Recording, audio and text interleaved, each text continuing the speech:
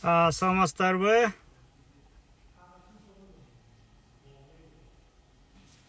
Телефон келип калды.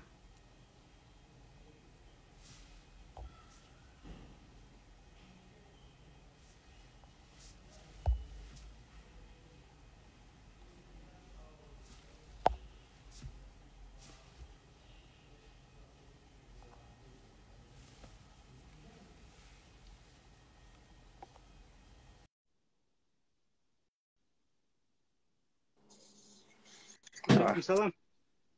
Телефон эмекса өчүп калды. Жыйынтыктап коебуз.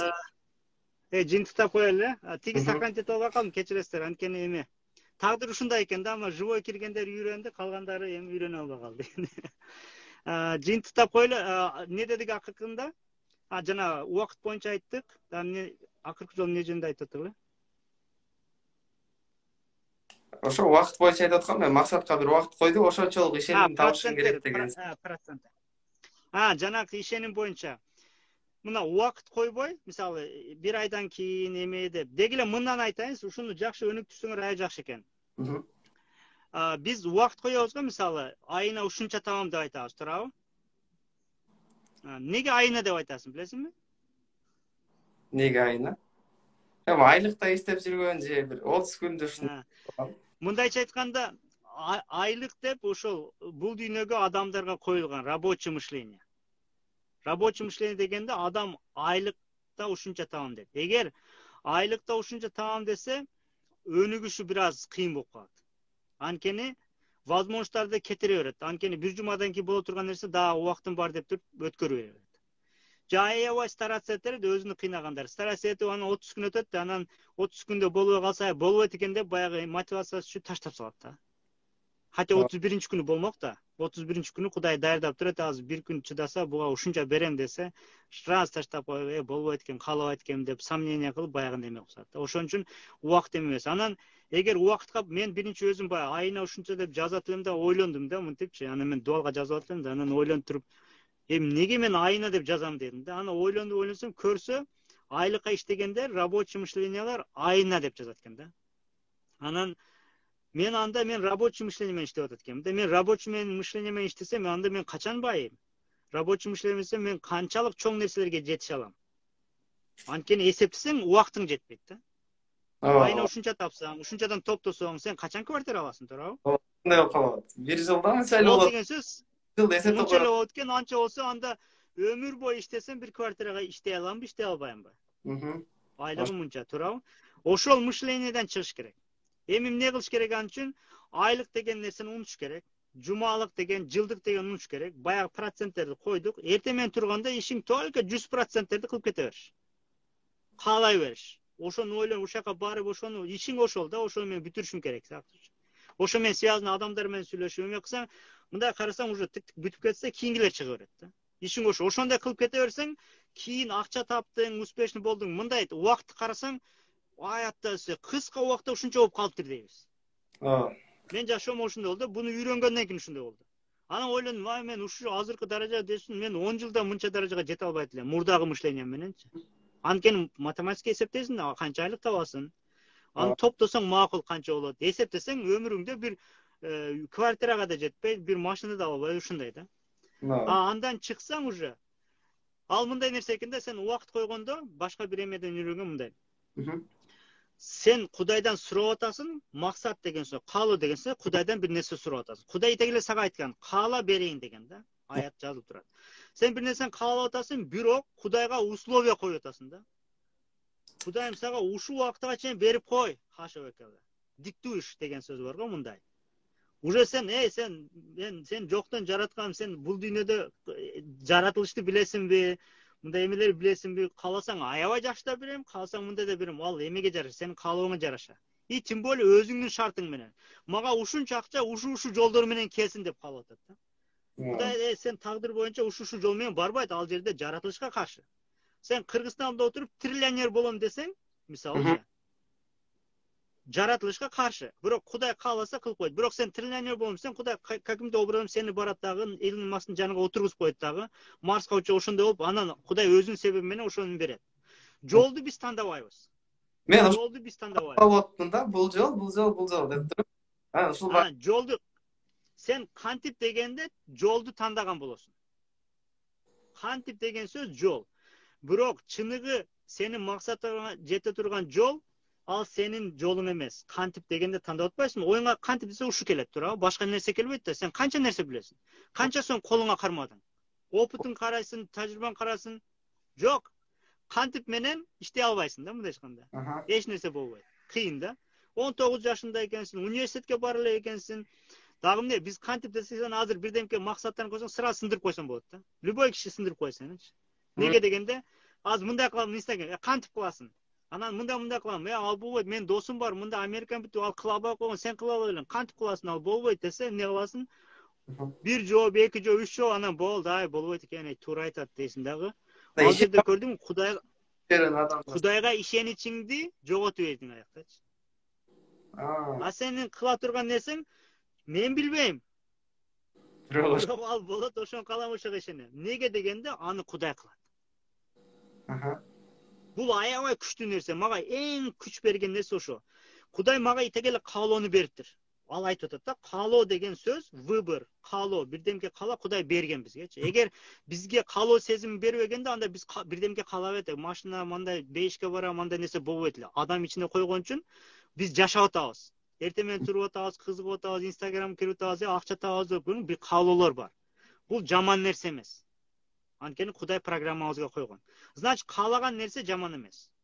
Бирок көп акча кааласаң, бузулуп кетесиң, тигиндей менен алар да туура эмес. Алар жөн эле жаттап алынган сөздөр, адамдар бизди коркутуп койгон. Дүйнөнү башкаргандар жөнөкөй адамдарды мындай матрицага киргизип коет да, капаздарга салып коет да. Анан чыга албай жүрөт. Азыр сенин капазга мээңе салып койду, бүт сен калсаң Москвада жаша, калсаң Африка, Америкада жаша, бирок сен өзгөрө албайсың. Неге дегенде, mind деген бар го, мышление. Капазга салынган, бүттү. Аны мен каяктан билем? Мен өзүм жайымда жашагам, Америкада жүрсөм да үйгө эски кийим кийем да. Көчөгө жасам чыгып. Мен каяктан айылда жүргөндө мен немем салып койгон болду. Мен Америкада жашасам дагы, даже акчам бар. Акчага алсам да болот. Бирок мен ошондой көчөгө жасанып кийем, үйгө эски кийем, жыртыктар кие берем. Бул уже капазга салынган да. Мен да свободный жүрө берсин. Кызыгып окуп калдым да бая. Анан терең ойлонуп көргөндө, мен ошол дүйнөнү башкарган адамдарга кул болуп атамбы, же жаратканга кул болуп атамбы деген сыяктуу суроо келет экен да. Аябай супер. Анан Москвага келдим да. Мындай башка вариант жок. То есть үй бүлөбүз келди Москвагачы. Москвага иштеп, опыт ушул жакта. Илгери Москвага иштеп кеткен, Кыргызстанга үй алган. Анан кайра Кыргызстандан кайра Москвага келди да. Мен да ошо окуп бүтүп эле Москвага жөнөттү. Эл катары элечи. То есть элдер анан Москвага келип иштедим. Бир айда иштеп, анан бардыгынан сурасам, Кыргызстанга барыштын кереги жок. Кыргызстанга барсаң, эмне акча тапмак элең дейт да. Бул жакта көп акча деди бардыгычы. Анан кийин жүрө берсем, ошентип ойлоно баштадым акыркы күндөрүчү. Анан жумуштан чыгып туруп интернетке кириштим, Инстаграмгачы. Киришкенден кийин карасам, мындай Москвада көп экен байларчы, кыргыз байларында жакшы акча тапкандар толтура эле экен да. 200 миллион тапкан бар экен Москвадачы. Тигилердин сөзү боюнча андай жок дейт да. Москвада только 50 000, 60 000 айлык аласың. Ошентип кыйналып иштейсиң, эс алганга убакыт жок. Болду мындай да. Кыйналып кетет экенсиң да. Ошол жерде мен азыр аябай жакшы эменин сөзүн айтам. Азыр бул аябай секрети, бирок аябай жөнөкөй, ошол эле убакта эч ким ишенбейт. Ошол нерсени айтып берейин. Жашооңдогу успех акчанын 99% ой. Адам ой деген сөз убежденияны билесиң да орусча, айтпайбы баягы 60 миңге иштейсиң, кыйналып иштейсиң деген киши ошого ишенет атат. Тастыктап атат. Ошол аныкы туура. Аныкы ага туура. Сен оюңду өзгөрттүң, андай эмес, мынтип тапса да болот деп башка нерсеге ишендиң, сеники да туура.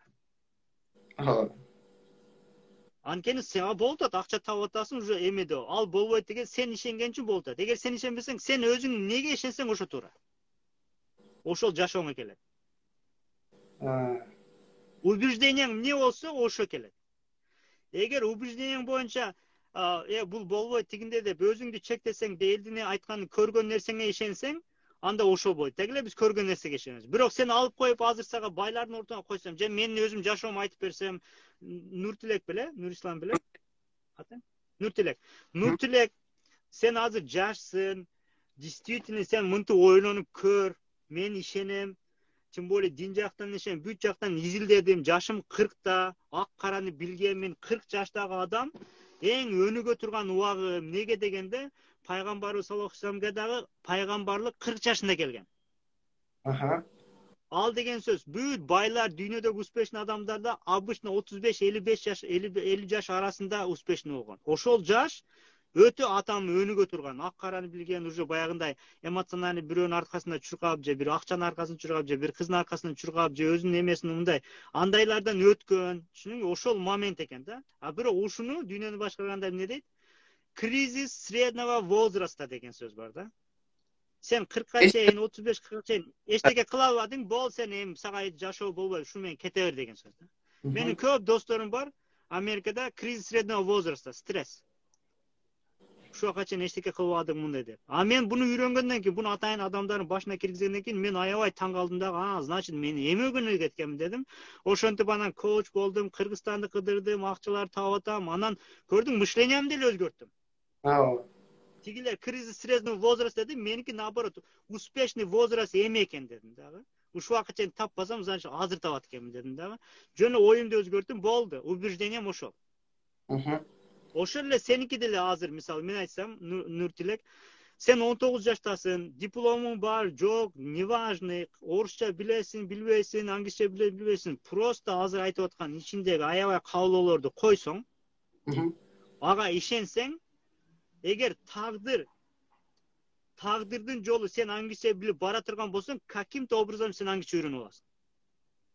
Бир жерге чейин аны тагдыр организовать этет да. Эгер ал англисче менен болбой турган болсо, анда түз эле барасың. Орусча да билбейсиң, англисче билбейсиң. Мисалы Кыргызстанда 5 компаниясы болгон Kuli Bros деген бар да. Эң чоң байкыз 5 бир тууганда. Орусча да жакшы билбейт, түркчө да жакшы билбейт, бирок ошол 5 цехти ошол ачкан. Инилери окуган, тияктуу окуган дипломдор бар, алар бир какой-то отделде иштетет арам. Чоң нерсе кыла албайт да, мисалы. Көрдүңбү? Бул деген сөз эмне? Значит, ал тил билген жок, диплому жок. Түшүнүңбү, ал жерде анын башкача бир мышлениясы бар. Тил билбесин, наоборот, тиги диплом болгондор иш кыла албай атат, тил билгендер иш кыла албай атат, ал кылып атат. Бул деген сөз уже ал башка нерсени таап алган да. Өзү билбейт бирок. Эми просто мен окуп изучать эткен үчүн, коучинг эме кылган үчүн мен буну эме кылдым да, баягы. Буну изучать этип со стороны, анан эме кылдым. Ошого Нуртилек, сен азыр кантип болот дегенге эме койбой, мен билбейм, бирок ошол болот, ошон калам ошо ишенем. Болду, ошо 4 сүйлөмдү эле жаттап аласың, болду. Кантиптерге ошончо жооп бересиң. Атак беркилерди бүт баарын жаза бересиң. Бирок фантастикадан баштайсың. Анан сага байке катары мен айтам, уже Америка эме эмес. Бул сел коюш керек деп, реалдуу депчи, мындай боло турган депчи. Бирок ошолор туура эмес, боло турган деген сөз. Сен боло турган деген сөз 20 000 сом экен да. Сен 2 жумага 20 000 коюпсуң, мен 20 000 сом кое албайм да. 20 000 сом койсом, кандай болот? 20 000 сом койбой эле коеюн да. Бирөө берет мага 20 000 сом. Же мен азыр мындай кылсам, азыр коучинг кылсам, бирөө мага 20 сом берет. Мен азыр айтам, сени азыр 3 саат тренинг кылам. Короче, жашооңду переворот кылам. Мага 20 000 сом бересиң 3 сааттын ичинде, жеден 1 сааттын ичинде десем, азыр могу көрүүчүлөрдөн да чыгышы мүмкүн да. Анткени анын жашоосу өзгөрүп да $100 000 табат азырчы. Ал спокойно 20 000 берет, туурабы? Көрдүңбү, сенин эмоциональный счетуң 20 000 да. 2 жумада. Ал да аябай эме, мышление. Ошону эле өзгөртсөң, башка акча деле келе берет. Азыр сен жаштагы балдар, өткөндө 12 жаштагы кыз NFT'ге кирип, канча деди? 12 миллион таапты $. 12 жаш, макул англисче билет экен, макул эми ал не важно да, түшүндүңбү? Анын какой-то бир цели бар экен да.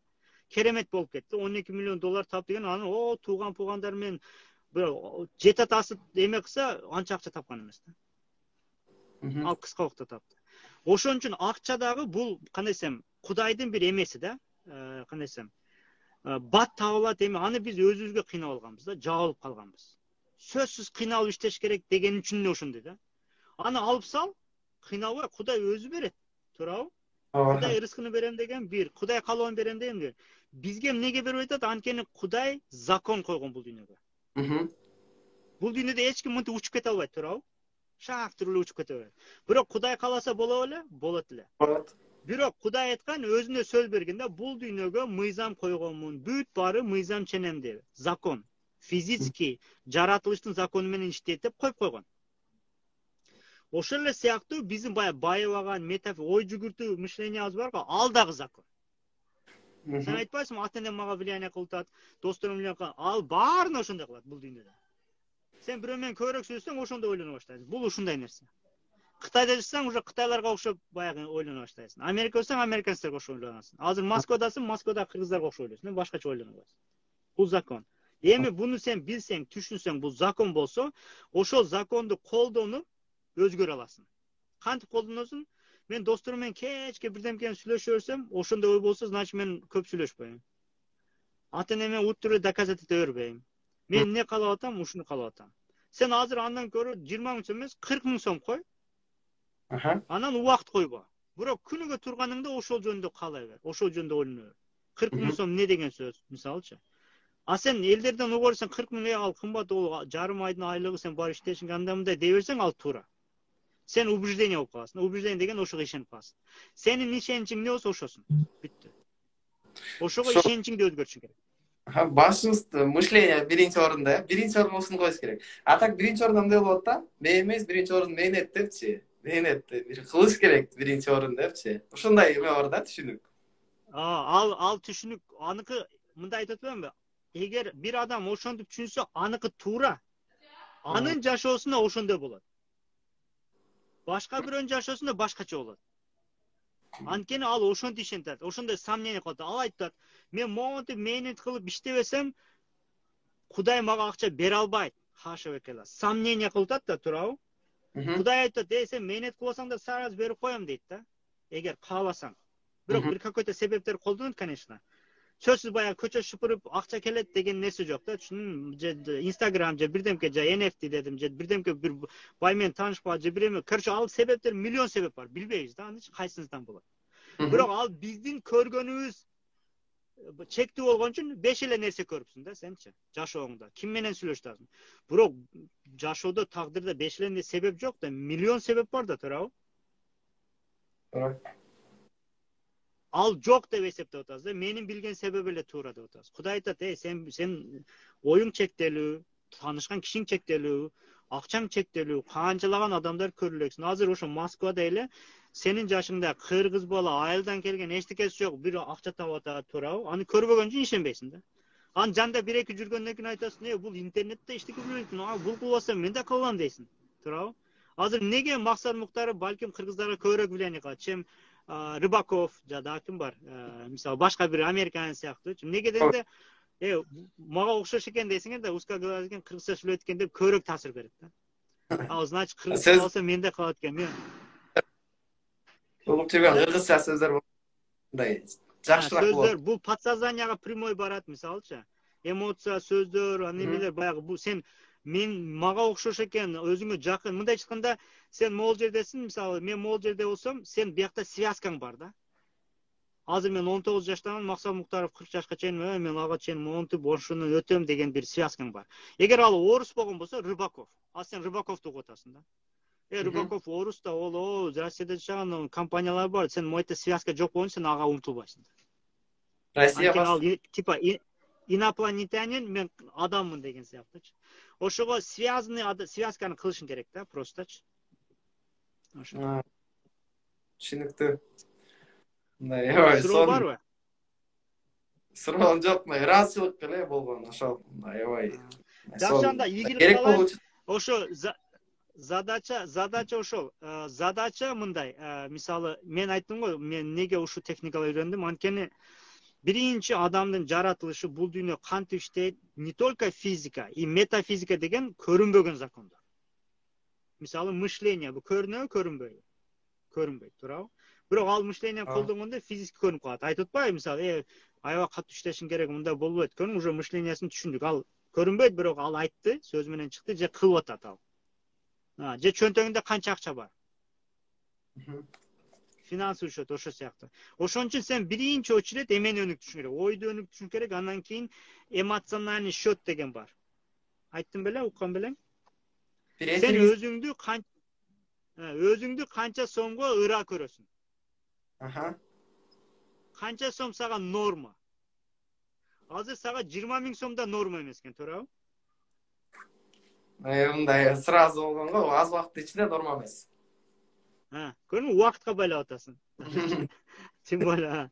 Же сага азыр мисалы бирөө мындай интернет кылганыңа канча сом берсе сен норма кыласың. Мисалы бир ишини бүтүрүп бердиң. Бир ишимди эгер бул жерден бирөөнүн бир ишини бүтүрүп бердиң. Айга андай бөлүштүрүп коем. 1 ай болсо, мисалы үчүн 10 миңге бир адам жумушун бүтүрчүм да. 1 айга бөлүштүрдүм деп. Эми макул, айды чыгардыңыз, сделка кылдык. Бир жолу. Эми буга чейин мага бир видео жасап бердиң. 2000 же 1000 сом ушундай. Эгер жакшы сапаттуу. Сапаттуусу 2000, туурабы? Аны сен каяктан алдың? Буга чейин уккам, анан опытта бир аз болгон, бирок азыраак акчага. Эми кара, ошонтосун, бирок ушул эле кылган нерсеңди Америкада $2000 алышат. Бирок сен ошол кылганыңа $2000 ала албайсың да. Элестете албайм даже. Даже элестете албайсың, даже адал болсо дагы, даже Кудай берип атса дагы ала албайсың. Жок дейсиң, туурабы? Эми ошого ачык болушуң керек. Ошого ачык болушуң керек. Бул акча, бул жөнүндө түшүнүк. Сен буга ачык болсоң, мисалы ачык болсоң, анда Кудай бере берет. Аны кылсаң да, кылбасаң да бере берет. Анткени сен Кудай берерине ишенесиң. Кудай бир кичинекей себеп менен, американский стандарт менен сен норма $2000 алдың ошол сделкаңа. Анткени бул дизайн, бул мындай мисалчы. Бирок сен акчасын бере албаган кишиге мындаймын, дизайнер мындайсың, ал бере албайт да келе. Анткени кыргыздарга кымбат. Бирөө суроо, эки суроо берди да, ошону жооп берип коеюн. Метафизика эмне деген сөз? Физикага жатпаган, физиканын нар жагында деген сөз. Көрүнбөгөн нерсе деген. Мисалы, метафизика, мисалы ой жүгүртүү, максат, булар бар го, булар физикага жатпайт. Ошо метафизикага кирет. Көрүнбөгөн закон деди окшойт дейт. Экинчиси кантип ачык болобуз дейт. Мына Акмарал сурап атат. Ачык болуу дегенди үйрөтүп коеюн силерге, мисалы, үйрөтүп коеюн дегенде эми чоң сүйлөп түшүнүгүмдү айтайын дейин да. Ачык болуу деген мындай, түшүнүш үчүн. Бир максат койдук, туурабы? Азыр Нуртилек бир максат кой, мисалы 20 000 сом, мак ошо 20 000 деле калайлы, чтобы сен коюп коюпсуң ужачы. Эми 20 000ды үйрөтөйүн, анан комментарийга жазасың эгер сакталып калса, ошо 20 000 таптым же таппадым депчи. 20 000ды койдук, туурабы? Ниет кыласың. Ниет деген сөз, ниет кылдым, решение деген сөз. Ниет деген сөз, решение. Эки мааниси бар бизде ниет. Бир ниет бар, намазга турганда ниет кылдым деп туруп атпайбы, адам? Ал уже решение кылдым деген. Отуруп алып, келип калса, мындай болуп калса эмес. Просто кааладым, решение кылдым. Анткени намазга кантип турушат адамдар, туурабы? Ошо даяр болуп. Сразу эле туруп. Ал деген сөз, ниет деген сөз, ал решение деген мааниси бар. Анткени ал отурган жок да, дагы сразу кылып атат айткандан кийин, туурабы? Ошол решение деген ниет бар. Анан биздин ниет бар. Азыр сен айтсаң, ошо жаңы жылга чейин 20 000 таптым, ниетиң бар. Болуп калса болот, болбой калса мындай, көрдүңбү? Сен уже сразу ишенип кылган жоксуң да ужечи. Ошого сен биринчи очередь решение кылышың керек. Мен 20 000 сомду алганга ошо решение кылдым, ниет кылдым. Болду. Кантип мантип ойлойт? Просто сөз менен айттың. Анткени Кудай сага подтверждениени күтөт да. Сен ошо реально каалаганыңды айтышың керек. Эгер сен каалабасаң, Кудай берип койсо, эгер ал жаман нерсе болсо, анда күнөө болгон нерсени сен тагдырга ыргытасың. Сен өзүң решение бергениңден кийин, өзүң решениең үчүн Кудай берген үчүн күнөө болсо, күнөө сен аласың, сооп болсо, сооп сен аласың. Уже сенин өзүңдүн колуңда. Ошон үчүн Кудай закону боюнча ар кимге монтип бере бербейт да. Каалаганыга берет, эмне кааласа берет. Туура. Ага сен подтверждение, мисалы биз заказ алабыз, азыр Германиядан заказ алып атабыз, азыр күтүп атышат эми клиент. Ал, короче, подтверждение бересиңби? Do you confirm деп жазабыз, ал WhatsApp'тан жазат, confirm дейт. 250 000 штук алып атат. Confirm деген сөз, ал алам деди, биз уже проформаны мынып жөнөтөбүз. Эгер ал заказды подтверждение бербесе, биз жөнөтүп азайт, акчаны төлөсөк, мен алган жокмун дейт да. Мага эмнеге эле айтпай эле жөнөтө бересиң? Сага керек да, мындай да, бул сен сатасың, акча табасың. Мен айтпагандан кийин какая разница, мен биякты билем деп, көрдүңбү? Сен Кудайга подтверждениеңди беришиң керек. Мен ушуну алганга даярмын деген сыяктуу, мындай. Мен ниет кылдым, решение бердим деген сыяктуу. Мен каалоома решение бердим, подтверждение кылдым. Дегенден кийин ачык болосуң. Ачык деген сөз уже сенин оюңдагы мына жолдо неме жок жол. Жөн эле патоген бергенден кийин күнүгө эки жакты байкайсың. Жөн эле жашап атасың да. Анан бирдемкелер боло баштайт. Күтүлбөгөн нерсе боло баштайт. Мүмкүнчүлүктөр ар кайсы жакта. Мүмкүнчүлүктөр келе баштайт, бирок кээ бирки мүмкүнчүлүктөр сен аны мүмкүнчүлүк деп карабайсың. Наоборот, андан болмок беле деген ойлор келет. Алда жашооңо 1-2 жол келсе, значит карашың керек. Анткени Кудай любой себеп менен алып барат, туурабы? Ооба. Бай менен алып барат, кембагал менен, ошо оюна кембе Гарвард университети бул болбойт десе дагы, Кудайдын иши боло берет, туурабы? Адам баласы чече албайт да, күндү чыгара албайбыз биз, туурабы? Жеме кылбайбыз, эртеси экөөбүздүн алып сүйлөшүп калганыбыз, анан сүйлөшүп, еще экинчи жолу кошулуп, дагы сен чыктың, мен дагы коштум мисалычы. Экинчи жолу кире албай калышым мүмкүн, интернеттен иштебей калат. Же меники иштебей, мен макул деп кетип калам. Көрүң, булардын баары тагдырдын иши, Кудайдын иши. Буларда кынтык жок. Ошон үчүн мен каалайм 20 000 сом дегенден кийин жакын арада булардын канча процентин болду, сен күнгө ошону ойлонсуң. Азыр мисалы 20 000ди бир эме кылып көр. Жазып туруп, мен решение бердим деп көргөндөн кийин жашооңдо эмне болот? Кара. Бир күндө таба аласыңбы, бир жумадабы, 10 күндө, бир жылдабы, ал сенин ишеничи, ал нерсеге ишеничиң таба. Ишеничиң менен байланыштуу. Сөйлөбүз. Ошол ачык болуу деген ошо. Ачык болуу деген себептерди өзүңөр мындайча айтканда шарттанып албагыла да. Түшүнүктүүбү? Мындай шарттанып алба. Шарттан деген мушактан болот деп. Биз аны билбейбиз каяктан болоорун. Максат Муктаровдон үйрөнсөң байыйсың, андай эмес. Максат Муктаровго эгер Кудай ошол мени себеп кылса, ал киши байыйт. Ана Рыбаковду себеп кылып койсо, ал Рыбаковго ачык болуш керек да. Рыбаковдон келсе, жок, ал Кыргыздан бар деп туруп мага жабыша бериш керек. Мисалы да. Же ал Рыбаковдо жок, Максат Муктаровдо жөн эле бир соседкасы бар. Аны биле албайбыз да, же бир уборщица бар. Аны биле албайбыз. Ошон үчүн себептерге ачык болуш керек. Биз билбейбиз да кайсы себеп менен байыбыз. Мен действительно ушунча акчаны кайсы ушул сферадан ушунча акча табам деп мен ойлогон эмесмин да. Мен просто ошо уже ачык болдум, финансовый эмеге баягы ачык болдум деген ачык болдум. Каяктан келерин мен да билбейм. Каалап кете берип, жолдон жол чыкты, тиги чыкты, клиент чыкты, анан партнер чыкты, мындай болуп эле, короче, таанып алган кишилер менен эле, көрбөгөн кишилер менен, көрбөгөн, укпаган, билбеген товарлар менен эле ошондой болуп кетти. Ачык бол. Биздин ишибиз ошо калуу. Окей, бир нерсеге шарттанып албагыла. Жиниңе келип алса, бир адамдын жини келип алса, ал шарты болбой калганда жини келет. Кудай билет, мо Кытай досу мусулман эмес. Анын даже экөөбүздүн практика кылганыбыз God decides деген бар да. Кудай чечет, кайсы жол менен алып барат. Бирок биздин каалаганыбыз ушунча акча. Ушунча состояние, ушул нерсе, ушул опыт же ушул эме статус ошо болду. Каалаганыңды айт, калганына кийлигишпе деген сөз. Ошого сен азыр 20 000ди аябай каалайсың. Кудай каяктан берерин билбейсиң, бирок Кудай берерине ишенесиң. Анткени сомнение кылбашың керек. Анткени Кудай адам эмне калса берет, дин менен тастыкталган. Эгер бербей жатса, кечигип атса, жеме болсо, значит сомненияңды карайсың. Анча ишеничиң жок экен. Болду. А ишеничке киргенден кийин уже сразу эртеси күнү башка нерсе болот. Күнүгө керемет болот. Аябай кызык нерсе. Анткени адам мага жабык болгон үчүн күнүгө турганда барып ишке барам. Мага иштик өтөк, ошо болот деп калып атат, жанында возможность өтүп кетет. Күнүгө өтүп атат. Азыр бир аздан кийин бул эмен жапкандан кийин сага дагы бирдемке болот. Мындай, аны байкабасаң да, байкабасаң өтүп кете бересиң да. Ачык болсоң байкайсың. Экинчиден, осознанность деген билесиңби? Осознанный.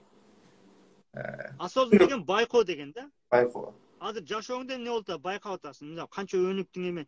Осознанный болгонуңда сен Кудайга шүгүрчүлүк кылып аткансың. Эгер осознанный болбосоң, ушунча эле жашай бересиң, ушундай болот. Мындай болгон нерселер көрүп атасың да, сага канчалаган нерсе болду, Москвада отурасың, Максат Муктаров чалып калды, чыгып калды, сен кошулуп атасың, мондойсың. Сен буну осознанный болсоң, субханаллах деген сөз бар да, баягындай Кудайдын кереметине кара. Тиңде бас. Ошондойду сезгениңде, ал сезим, ал шүгүр дегенди билдирет Кудайга. Нурсултан ушу Максат Муктаровго ушунча сүйүнүп атса, мына сага деп Рыбаковго эме жолуктуруп коет. Мисалы да. Анткени сен разы болдуң, ал көбөйдү. Анткени шүгүр ниматты көбөйтөт. Шүгүр ниматты көбөйтөт деген сен сүйүнгөнүңдө ошол нерсе көбөйөт. Сен эмнеге сүйүнсөң, ошо көбөйөт. Илимге сүйүнсөң, илимиң көбөйөт, акчага сүйүнсөң, акчаң көбөйөт, бакытка сүйүнсөң, бакыт көбөйөт, же баардыгына сүйүнсөң, баардык нерсең көбөйөт. Сүйінбесең, ал тоқтап қалады. Аябай наразы болсаң, неге мұндай, жашоозу мұндай тигинесең, алдағы жаман боло берет. Кете аябай наразы болгондон кийин Кудай алып коет шакты. Ошондо келген балдары жок болуп калат, ажырашып кетет, күйөө жок болуп калат. Даже ондай эме үчүн паспорту жок болуп калат. Өлкөсүндө жаман эме кыла берсе, паспорт жок, башка жерден паспорт алып ушак чыгып кетет, уже паспорт да жок мисалы. Ошого биз нааразы болбош керек, бир, анан экинчиси шүгүр кылыш керек деген сөздүн мааниси аябай сүйүнүшүбүз керек. Мындай болса, бурда эфириңизди уккам да, анан кийин Кудайга шүгүр деп дайыма айтам да, бул сөздү жаман деп, негизи сол жакшы сөз. Анан бирөө сурайт да, кандайсың, жакшыбы ден соолуктарың деп сураса, мындай Кудайга шүгүр дейм да, бирок анын аркасында аябай сонундай ыраазымын деген маани эмес да. Өтө жакшы эмес деп. Өтө жакшы эмес деп коем да, ошондой болот. Анан бизде ошондой мааниге келди да. Кудайга шүгүр деген жоктон көрө жогору деген маани. Ошондой болуп калды да. Кудай алтса маған наразы, адам наразы болуп атат да, түшүнүңүз? Наразы деген сөз бир адамга, бир нерсеге наразы болбосоң, ал Кудайга наразы деген сөз. Анткени аны Кудай организация этет да, туурабы? Кантип жолуктуруп калсын, туурабы? Ким айлык берип атсын, кантип түшүп калсын? Ал Кудай организация этип аткан үчүн адамга же бир нерсеге наразы болгону, значит Кудайга наразы болгон деген сөз да. Ал наразы кишилерде андай өнүгүшү кыйын да. Ал закон. Ошон үчүн байышыңыздар үчүн, бактылуу болуш үчүн, успешный болуш үчүн, жакшы тил билиш үчүн ошолдон бир какой-то ступень жылганда аябай сүйүнүш керек. Мисалы Нурсултан айтыш керек, вау, мен уже максат муктарым менен Кудай ушундай насип кылып калды, ушундай деп аябай сүйүнсө, дагы бир эфирге чыгып калат. Же бирдемке ушу саморазвитие боюнча дагы бирдемке келет да. Могул жерде аябай комментарий жазып атат, жакшы түшүндүрөсүз, максат муктаров эң күчтүү коуч деп атат. Алла ыраазы болсун баарыңыздарга. Мени күчтүү коуч кылган сиздин оюңузга Кудай ал жагынан бар. Биздики эми кандай десем, мен да мурда ошо коуч болом, элдерге мындай кылам деп определенный баягы моральный Кудайды жакшы түшүнүп, шүгүрчүлүк кылганда уже сен реальный баягы себепчи болгонуңду түшүнөсүң, аны түшүнгөн сайын сүйүнөсүң. Анткени мени себепчи кылып атат да. А эгер жок, мен коучмун, мен мындай кылам, тигиндей болсо, значит адамдын ичи ылдый. Мисалы мен мактанып атсам, мактанган киши эмоциональный счет низкий болгон үчүн мажбур мактанат да. Бирок ал жолдон да өтүш керек. Сразу эле баягында миллиардер болуп калбайт да. Биз дагы баардыгы биринчи мактан келет, машинам бар деп, анан саат алдым мындай тигиндей. Анан ошол өткөндөн кийин ошондо барып түшүнөт да. Анан ошон үчүн баягындай сөз бар. Баягы искренностька жетиш үчүн через баягындай эме менен өтөт дейт да, мактаныш менен өтөт дейт да. Ал эми адамдын эме. Баягы миллиардерлер мынтип не дейт, жөнөкөй кийинет анда мындай деп атпайбы, мисалычы. Биз деле ошондой жок, сен азыр миллиардерлерде жөнөкөй кийине албайсың. Андай невозможный да. Ал ситуацияга келгенде автоматически сен ошондой кийинесиң да. Анткени уже чувство болуп калат да, ошо натуральный болот. Мисалы мен айтат элем да, мен миллионер болуш үчүн миллионер жөнүндө эме кылбайм. Сөз кылбайм. Неге дегенде, миллионер болгон үчүн адам сезбейт. Миллионер болгондон кийин не сезип алсаң, ал туура. Значит, миллионер болгондо мындай болот экен, кара мындай болот экен, анан сөздү айта аласың. Мен дагы азыр көбүнчө айткан нерсени мен өзүм жашаган, анан мен жеткен нерселерди айтам да. Ошолорду айтам, түшүнгөн нерселерди айтам. Анан ошого дагы влияние болуш мүмкүн бир. Экинчиден баягы эме, мен дагы акыркы убактарда баягындай кандай десем, мурда көбүнчө искусственный болот да. Мен деле ал даражага жеткен жокмун, бирок жаңы үйрөнтөм да, элдерге бөлүшүп эме кылат элем. Азыр мындай жак карасам, бир жагынан эме экен.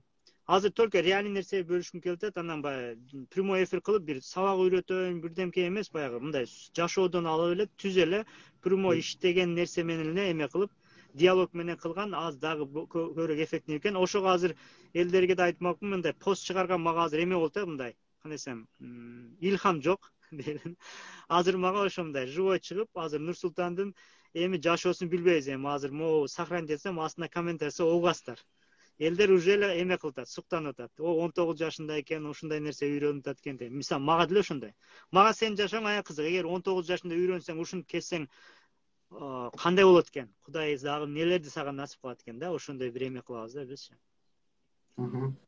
Окей, Нурсултан, суроо барбы башка? Суроо кыскача эле, бирок метафизиканы ишенди жакшыраак болуш үчүн биринчи ушул кайталган нерселер чыккан сайын да ишенип баштайбыз го, күчтүүрөөкчү. Ойлогон нерселерибиз болгон сайын күчтүүрөөк ишенип баштайбыз да. Ал эми мындай ушуну жакшыраак түшүнүш үчүн кайсыл китептерди мындай окуп турууну сунуштайсыз? Китеп окуп, мен китеп окуп турам да көбүнчө ар кандай убакта. Kitap okusan anda бүт эле баягы саморазвитиянын китептерин окуш керек. Экинчиси бир нерсеге аябай кааласаң эме кылсаң, ошол сага керектүү китеп түшүп калат, же ошол китептин ичинде ошол приложениени окуп каласың. Бир сөз. Же Инстаграмда чыгып калат. Сөз сүйлөө бир китеп чыгып калат. Ал жактан переживать этпешиң керек да. Ал какка кирип кетет да. Кайсы китеп мени ушул жака алып барат? Мына китеп десем туура эмес болуп калат. Неге дегенде, аны мен ойлоп атам да. Ал Кудай сага Чыңгыз Айтматовдун китебин окуттуруп туруп, сени баягы каалаган жагыңа алып барып коет да. Же китеп окубай. Мен кээ бирде китепсиз эле кетем да, кээ бирдечи. Ошон үчүн сен аябай каалаганда ошо киши чыгып калат, ошо сөз чыгып калат, ошо түшүнүк келип калат. Мен даже мынтем да. Эгер аябай кааласаң, ошо китептерден чыкпаса, анда Кудай прямой сага илхам берип коет да. Илхам деген сөз эмне? Мындай сен оюңа келет да ошол нерсечи. Мага көп ушундай ситуациялар болгон да. Өзүмдүн семейный жашоодо, эме жашоодо мындай оюңа келет, мындай экен деп баягында, ушундай экен дейсиң го, баягы ошондой келет да. Ошого метафизикада эме жок. Сенин определенный физикадагы себептерди андай албайсың да. Багыт бир мындай болсо. Ар нерсе, мисалы, мудрый киши бар да, китеп окуган эмес, айылда жашайт, туурабы? Ал постоянно анализ кылат. Ойлонот, мисалычы. Мышление кылат да. Ошондо ага эме келет. Ал китеп окуган эмес, как будто китепте жазгандарды айтып берет сага. Анан бирөө айтып берет, как раз бу Дейл Карнегиде окуган мына, как раз мына Тони Роббинс мынтип айткан, тиги орустар болмун. Эми ал жерде окуган мындай, алардын эмеси жок да. Алардын сагат бир эмеси жок. Ошол моментте, ошол нерсе келсе, ошо пайдасы бар. Ошо сыяктуу. Аябай окуган эме просто суроолорум көп болсо, каалоорум көп болсо, ал Инстаграмдан чыгып калат, Ютубтан чыгып калат, китептен чыгып калат, бир киши көрсөтөт, көчөдө болот, же бирдемке болот, бирдемкени жоготуп бересиң, телефоң сынып калат. Короче, ошолордун баары уже себептер болуп атат. Сени ошо каалаган нерсең күнүгө, минута сайын болуп атат да. Бирөө ал жерде лайк басты сага уже сүйүнүчүн жөнөттү, сен уже байкабай эле сүйүнүп атасың. Могул жерде Нуртилек аябай кызыктуу экен, инста баракчасы ийгиликтүү колдойбуз дейт. Инста баракчаң болсо жазып кой. Мындай, азыр мен өзүмдүн примеримде сизге айтсам, сиз ошол нерсени мага түшүндүргөнү бул жака алмашып атат да, кадимкидей сиз билгилечи, ойлор келипчи мындай. Буга чейин мындай да ойлоп жүргөн нерселерин узактан окугандан кийин анан тереңирээк түшүнүк пайда болуп атат да, бир аз тереңдеп. Ошону постоянно эме кыла бериш керек. Ошого зейин деп коет да. Зейиндүү деген сөз, Кудай бизге зейиндүүлүктү берсин деген сөз, бир нерсени сразу түшүнө аласың да. Зейини ылдый болгондор мындай түшүнүшү кыйын болот. Эгер бир нерсени түшүнбөсөң, аны кылыш кыйын. Ага ишенбейсиң, ал болбойт, ал жака барбайсың, ал жактан коркосуң. Азыр айтып атпайт деп атасың, досторум, кайсы сектага кирип кеттиң дечи, мисалы. Бир какой-то эме болсо, алар коркуп калган. Секта деген сөз бар, эме бар, тигинде бар, мында коркутуп койгон, мисалычы. Эгер сен бул дүйнөгө келсең, мисалы, Кытайлар, мага мындай болот да, Кытайларда эме деп мындай мусулмандар же өзүбүз кыргыздар, бул нерсе дагы түшүнүктөрү ылдыйраак. Анткени сен мусулмансың, адамсың, Кудайдын бүт жараткан адамдары бул дүйнөдө. Ошо Нур Султан, Максат Койлого окшогон адам. Биз тандаган жокпуз да, туурабы? Кыргыз болгон баягындай бейишке барат, өзгөчө эмес. Биз пендебиз, баарыбыз биз. О негри да ошондой, орусу да ошондой, баарыбыз ушундай. Ал дагы биздин тууган да. Ал дагы тиги рухтар аламында чогуу болчубуз. Бияк келдик, тилдерибиз өзгөрүп кетти, башка жерде төрөлдүк. Аны биз контроль кыла албайбыз да. Бирок контроль кыла турган нерсебиз, мен азыр туруп ошо Африкага бара алам. Келип ошо Кытай досум менен ал дагы рух убагында экөөбүз кайсы тилде сүйлөшүп элек билбейм, баягы рухтар аламында алар бири-бири менен сүйлөшөт эле да өзүнүн тилинде, туурабы? Төрөлдүм, ал Кытайда төрөлүп калдым, мен Кыргызстанда төрөлүп калдым, мисалы да. Ошол сыяктуу. Ошон үчүн кыргыздарга өзгөчө, мен кыргыз тилде болуп атпайбы? Мен айтат элем сиздерге, биз баягындай универсальный деген баягы мировой даже же аалам болот го, мисалычы мындай. Мировой зрениеси чоң, анткени Кудай бизге, ушул адамга айылдан болобу, эмне кылыш дейт, айырмасы жок. Ошол зейинди бере алат, ошол түшүнүктү бере алат. Берген деле. Биз аны түшүнүп кабыл кылабыз, аны менен сүйлөшсөк, аны менен жашай алабыз. Мен ошого айтам да, мен дүйнөгө салым кошкум келет. кантип дегенде кыргызсың, ким укмалы, акчаң бар биздин көрдүңү мындай. Мен ал жагын не дейм? Мен билбейм. Бирок ошол болот, ошону калам, ошого ишенем. Ошентип кетип атам. Көп нерсе болуп атат азырчы. Анан ага сүйүнгөн сайын дагы болуп атат. Ага сүйүнгөн сайын дагы болуп атат. Ушундай да. Ошого сүйүнгөндү үйрөнүш керек. Разычылыктан кийин дагы биринчи разычылык үйрөнүш керек. Мындай, башыңа эмне келсе эми ыраазымын, Кудайга эмне болсо болду, Кудай билгени бар. Ушул жол менен менин максатыма кетилет экен деген сыяктуу. Анан болгон сайын сүйүнө бериш керек. Сүйүнгөн сайын боло берет, болгон сайын сүйүнө берет. Адам өзү мынтип решение кылат экен, биринчи ойлонот экен, анан сезет экен, анан выбор кылат экен. Сага бирдемкени бирөөсө оюң кетти, ошондой сезе баштадың, коркуп баштадың, анан аны кылбай эле коеюн дедиң. Же бирөө айтты, мындай кылса да болот экен, жаштар калат экен деди, оюң кетти. Эмнеге болбойт? Мындай жакшы сезим келди, анан Instagram кылам дедиң. Түшүндүңбү? Ошондо циркуляция болот экен, 3 нерсе. Ошон үчүн ойду аябай этият кылыш керек. Же ойго иштеш керек. Башканы переживать этпей эле кой да. Ойго, сенин оюң эмне болуп атат азыр? Эмнени ойлонуп атасың? Күнүгө эмнени ойлоносуң? Канча акчаны ойлоносуң? Ийгиликти, канча акчаны, ошол путешествие, ошол сыяктуу ушундай да, ар кандай. Ошол жакшы. Ата күнүгө баягында айылда эмне кылдык эле, тезек чабат элек, анан Инстаграмда бирөө эме кылып коюптур, анан тигинде сен ойлонсоң, ошонун физика кетти, сен түшүнбөйсүң өзүңчү. Анан карасаң жашооң ушундайбы? Неге дегенде постоянно кантип ойлонуп жүрсөң, ошол жашооңо чыга берет да. Анан баягы ыраазычылык дегенде жаза баштадым да. То есть эртең тургандан кийин жашоого эмнеге ыраазымын? Бүт бар. Көрүп атканыма, ата-энеме бүт бар дегенчи.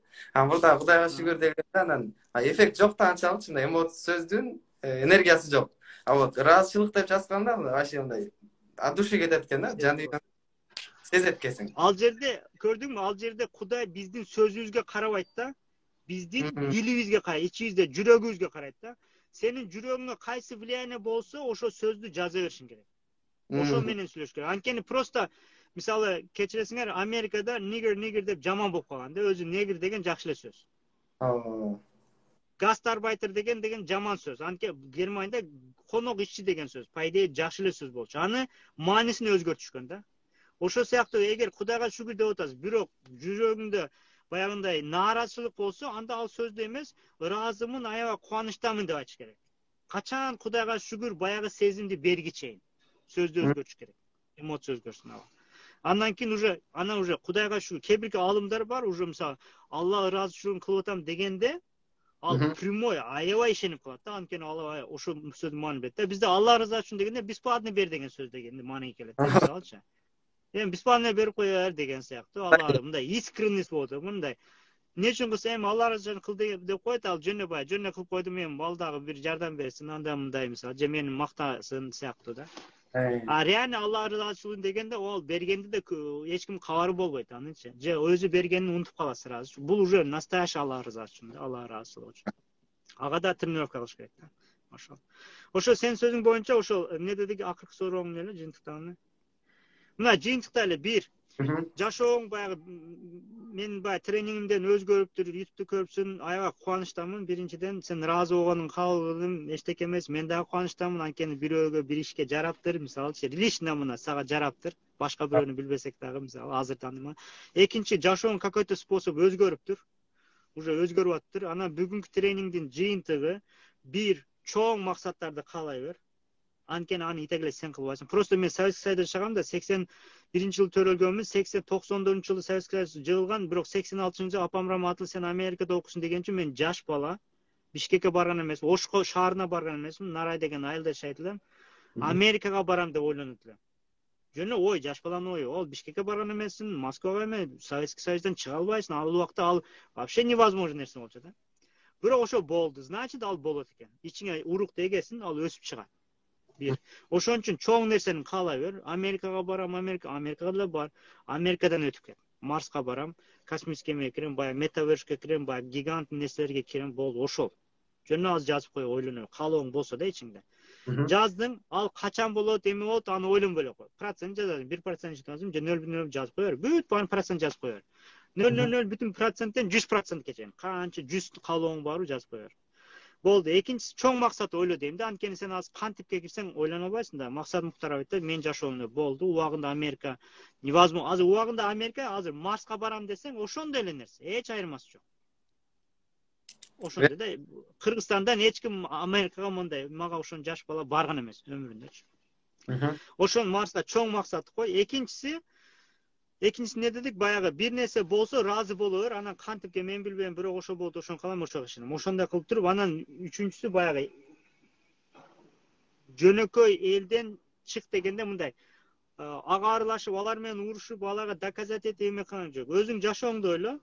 Башка бирөө кыйналып атат деп ойлобо, аны да Кудай карап атат, сенден да жакшы карайт, коркпой эле кой. Сен өнүгүп атсаң, алар калып кетет эмес. Аларга анын каалоосу бир болсун, сенден тез өнүгүп кетет.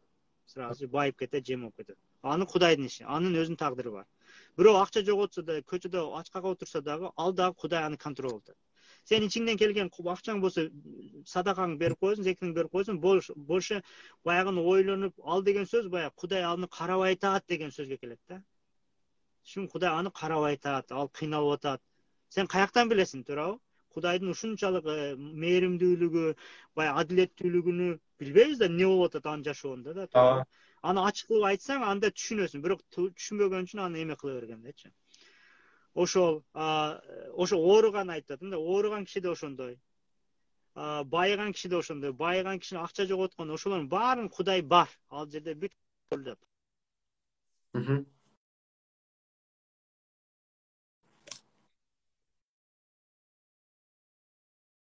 Жумуштар эме болуп калды?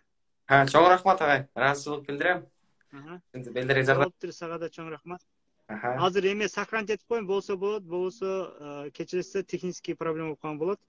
Нурсултанда ийгилик каалайм. Дагы бир көрүшкөнчө эмелерге жазып койсоң, эмне эле, комментарийга мен окуп калганда түшүнөм, Нурсултан экен деп, мисалы. Окей, ийгилик каалайм. 20 000 сомду практика кыл.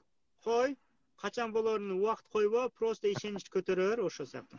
Баарыңыздарга ыраазымын, рахматыңыздарга терең ыраазычылык билдирем. Ийгилик каалайм баарыңыздарга. Анда эмесе, жашып туруңуздар.